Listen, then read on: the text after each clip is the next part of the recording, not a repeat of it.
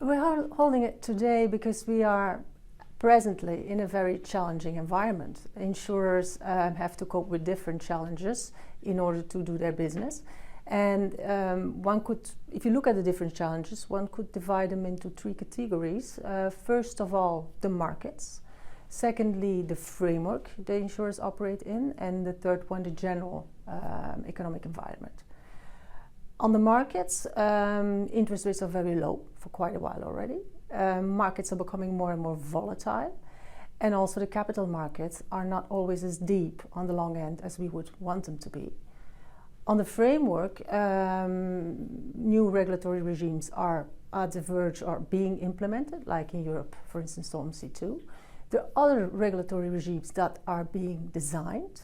And of course, we also have the accounting situation where different accounting regimes are being used. So this is the second field of challenges, and all incentives are not always pointing into the same direction. The third group of challenges is the overall economy. We're now going into the 7th year of quantitative easing.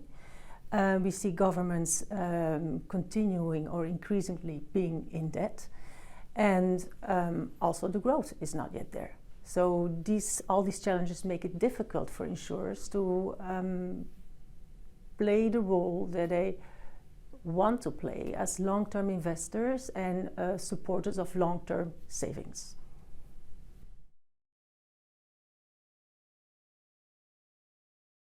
Well, it's getting increasingly serious over time, of course. I mean, insurers have a liability-based investment model, so they first receive premiums upfront and they keep these premiums in order to pay them out at a certain moment in time when an insured event occurs or when a savings contract comes to its end.